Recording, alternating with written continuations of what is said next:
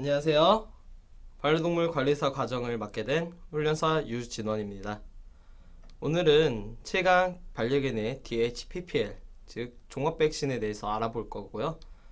오늘의 목표는 반려견의 예방접종의 종류와 반려견의 예방접종을 하는 이유, 그리고 반려견의 질병에 대해서, 그리고 반려견의 질병에 따른 증상들에 대해서 알아보도록 하겠습니다. 자, DHPPL은 어떤 문제의 약자인지를 알고 계셔야 됩니다. 다양한 질병들 중 5가지를 꼭 집어서 말하는 게 이 종합백신의 반려견의 DHPPL이라는 건데요.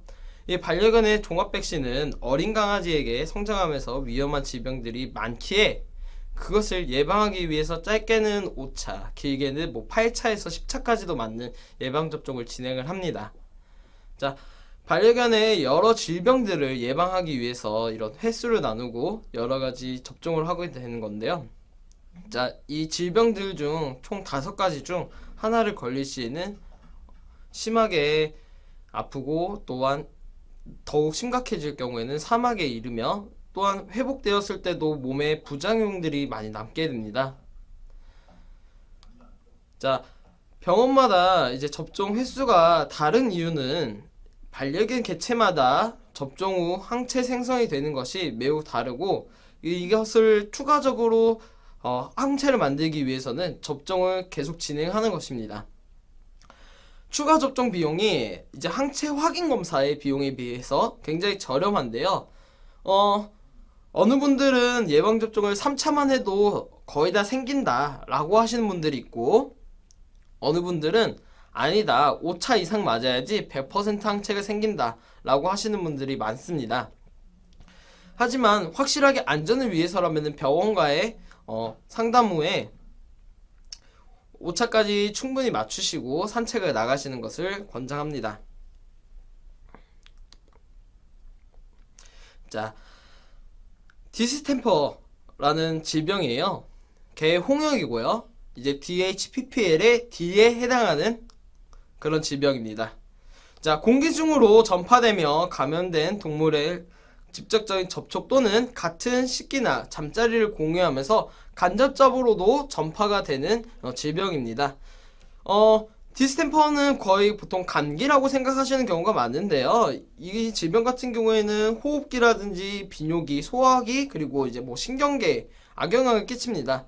그러다 보니까 콧물이 나고 기침을 하고 설사도 하고 다양한 현상으로 이런 모습을 나타내는데요.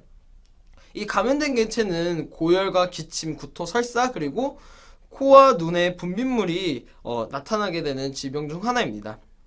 자, 질병이 악화되면 악화될수록 폐렴이라든지 발작, 마비로 이어지게 되고요. 이제 장기적으로 후경에 악화되면은 뇌에 치명적인 데미지가 생깁니다. 이제 반려견이 성장하면서 안면이라든지 신체에 증상을 만들어내는데요.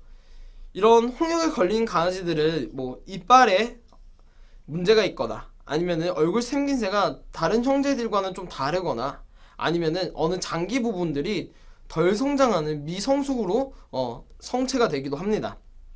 자, 이 개홍역 디스템퍼의 질병은 빠르고 치명적으로 변합니다. 질병에서 감염됐던 개체는 영구적인 뇌 손상을 가지게 되고요. 새로 태어난 강아지나 백신을 하지 않은 모든 개한테도 감염 위험성이 굉장히 높은 질병입니다. 이 개홍역 같은 경우에는 성견도 걸릴 수 있는데, 성견 같은 경우에는 이미 어느 정도의 면역력과 항체들을 가지고 있기 때문에 개홍역이라는 게 굉장히 큰 데미지는 입히지 못합니다. 하지만 아직 눈을 뜨지 못한 강아지라든지 아니면은 6개월 정도의 아주 어린 강아지들은 이 홍역에 걸렸을 때는 굉장히 데미지가 큰데요. 자, 개홍역 같은 경우에는 적절한 치료법은 존재하지 않습니다. 계속 수액과 아니면은 지사제라든지 이런 여러가지 약품을 이용해서 반려견이 정상화할 수 있도록 면역성을 키울 수 있도록 노력하는 방법밖에 없는데요. 마찬가지로 이제 헤파이토시티스, 이제 감염성 전염성 감염입니다. 이제 DHPPL의 H를 담당하고 있는 감염인데요.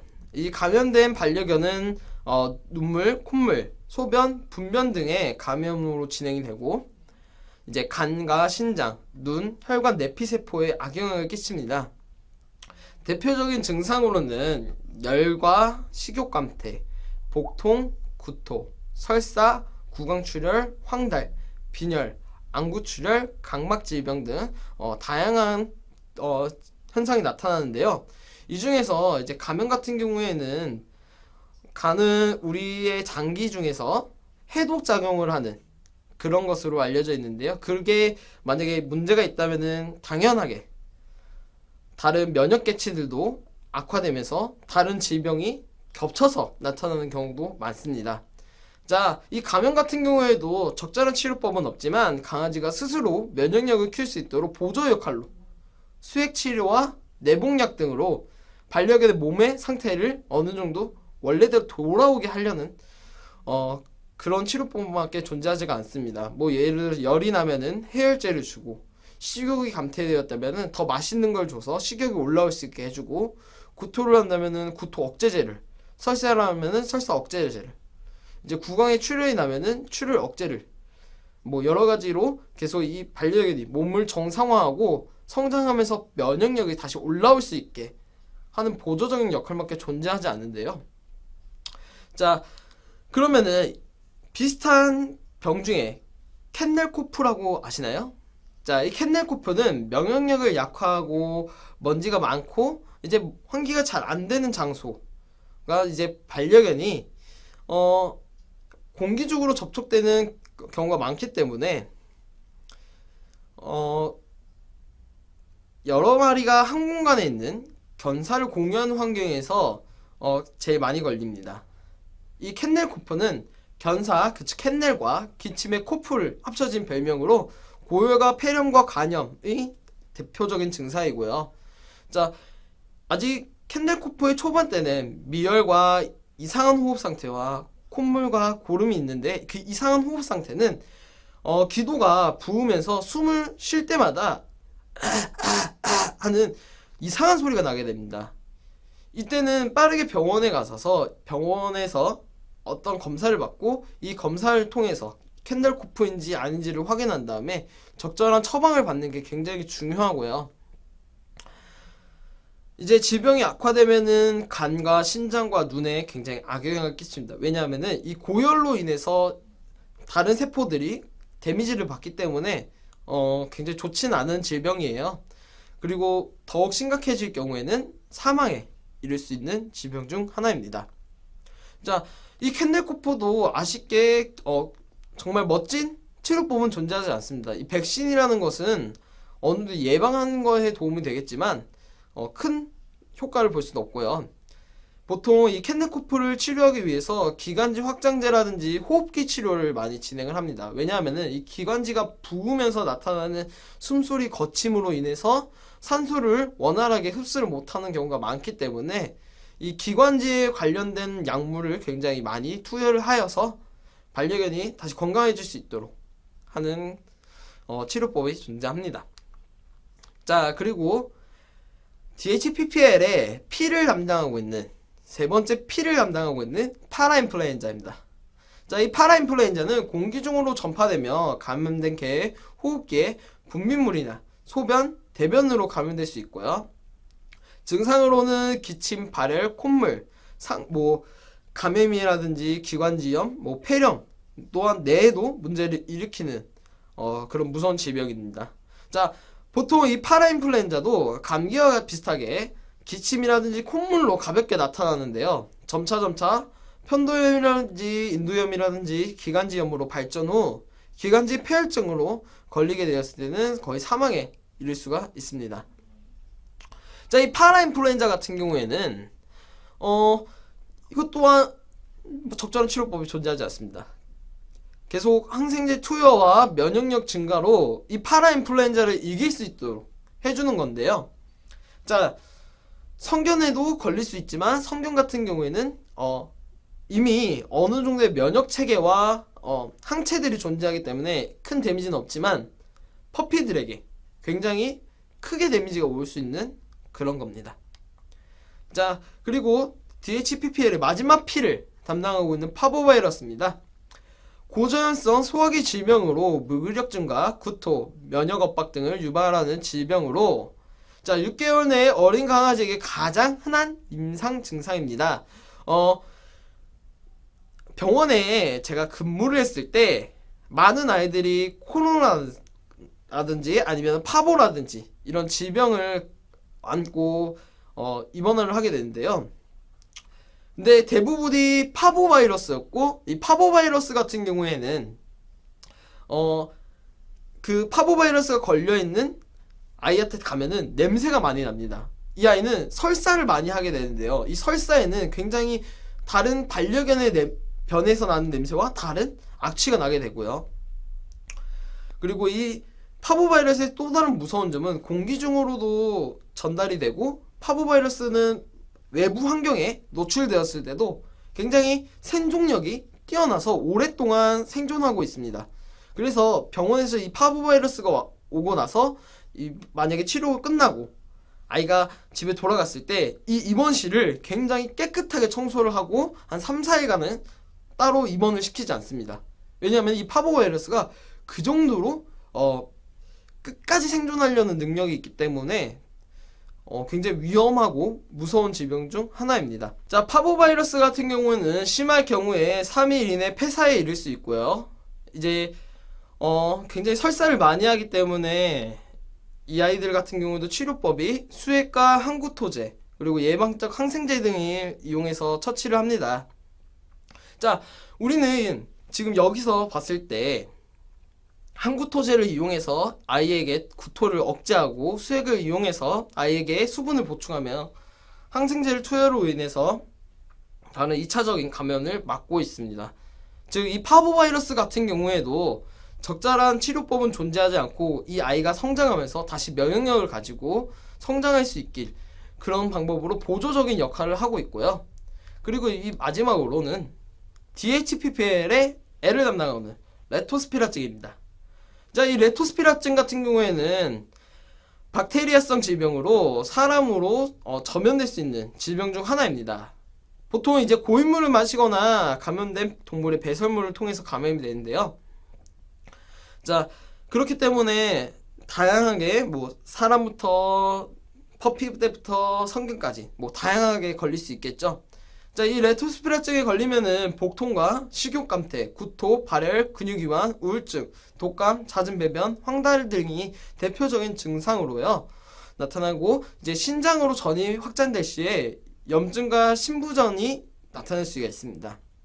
자, 간 기능의 손상으로 감염 증상이 나타나고 심각한 경우에는 간과 신장에 악영향을 끼치기도 합니다. 이 레토스피라증 같은 경우에는 이것도 마찬가지로 항생제와 수액을 투여를 하면서 보조적인 역할로 치료를 하게 되는데요. 자, 지금 제가 DHPPL의 이 5가지 캔넬코프까지 합하면 이 6가지의 질병에 대해서 말씀을 드리고 있는데, 적절한 치료법이 다 존재하진 않습니다. 하지만 이 적절한 치료법은 없지만 굉장히 간단하게 예방은 가능합니다. 우리가 퍼피 때 이 반려견에게 총 5차에서 8차 이상까지의 예방접종을 맞게 되면은 이 대부분의 질병들이 어느 정도는 다 예방한다고 말할 수 있는데요. 이 질병들은 하나 걸릴 때마다 굉장히 몸에 큰 데미지를 주기 때문에 반드시 퍼피 때 꼭 예방접종을 해서 이러한 질병들을 종합백신으로 충분히 막아주시기 바랍니다. 네, DHPPL과 조금 다른 질병들이 몇 가지 더 있는데요. 첫 번째로는 광견병이 있습니다. 광견병은 인수공통 감염병으로 광견병이 걸린 개체가 사람에게도 전염될 수 있다라는 질병인데요. 법정 전염병으로서 예방하는 방법은 동물은 1년에 한 번 이상 광견병 백신을 접종한 것이 최선의 예방책이라고 합니다. 이 광견병 같은 경우에는 매년 정부에서도 지원을 해주면서 광견병 접종을 맞게 하는데요.